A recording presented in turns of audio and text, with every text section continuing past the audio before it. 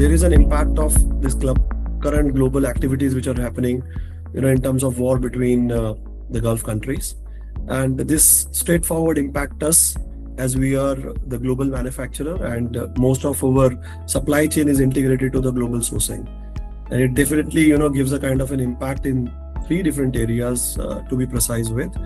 One is especially the energy area, wherein most of the elements and components which involves the energy requirement, especially the heat-based material, when you talk about plastics and steel rolls, etc., are seeing a spike in terms of the inflation of the cost.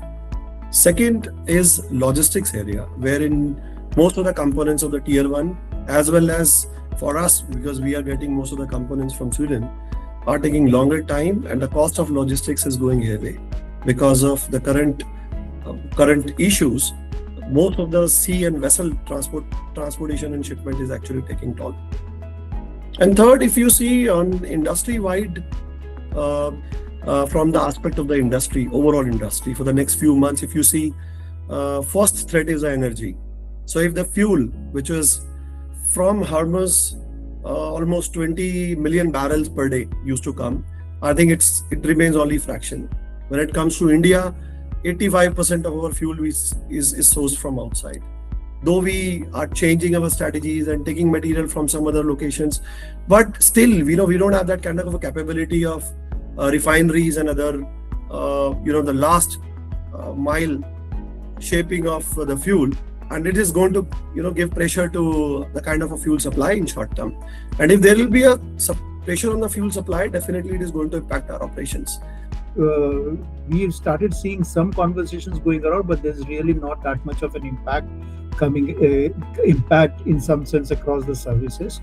But if things drag across for a few more months, maybe there would be some impact which has happened. But at this stage, I am seeing that the government is also making quite a bit of being quite proactive in their approaches around, in some sense, soothing the impact of what this the oil gas pressure is out there. So government is being very proactive. So that has helped around in some sense. The biggest thing across is if this war goes away in the next one month, hopefully we'll be okay.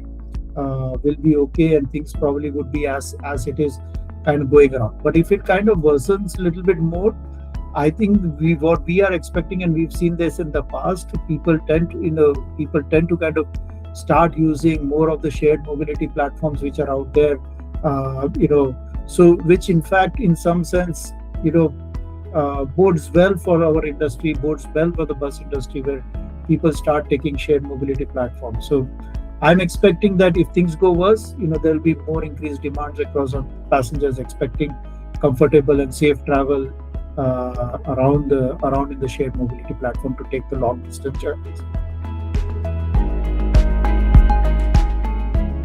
Input cost, which are AdBlue, tire or some of the spare parts, has already gone up. Other prices are also going up. We don't know when diesel will go up, or when petrol, diesel, or all fuel insides, or including oil, prices will go up. All airlines, they have increased their prices.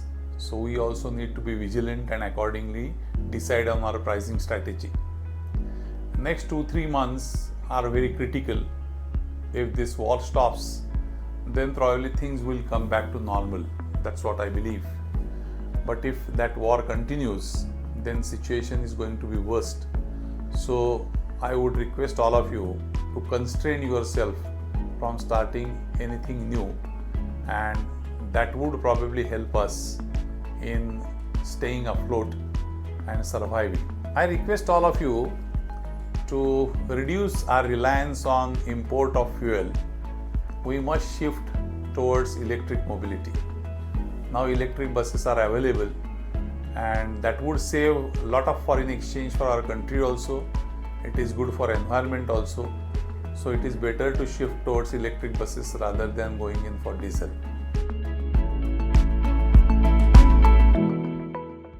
The outlook for the next few months is very positive.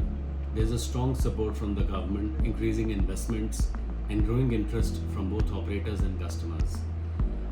Also in the given current times, the push towards EV can only increase. With the summer season approaching, travel demand is also expected to rise, which will further boost the industry.